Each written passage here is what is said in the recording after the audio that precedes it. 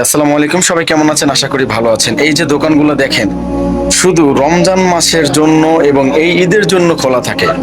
রাত্র 4টা থেকে 5টা পর্যন্ত সারা রাত খোলা থাকে।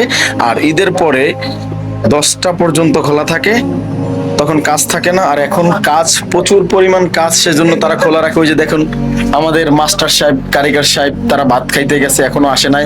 তো আমরাও তাদের সাথে নাইট করব, কারণ নাইটে এই কাজ যদি শেষ না করতে পারি, তাহলে আমাদের যে কাস্টমার গুলো আছে, সেই কাস্টমার গুলা সম্পূর্ণ কাপড়গুলো পাবে না, তারা ঈদ করতে পারবেন এবং বাড়িতেও যেতে পারবে না। তো আমাদের জন্য দোয়া করবেন, আমরা জানি নাইট করে অতি তাড়াতাড়ি কাজগুলো দিতে পারি। আমাদের জন্য সবাই দোয়া করবেন, আমরা জানি অতি তাড়াতাড়ি কাজগুলো শেষ করতে পারি। কি ভাই, সত্যি কথা?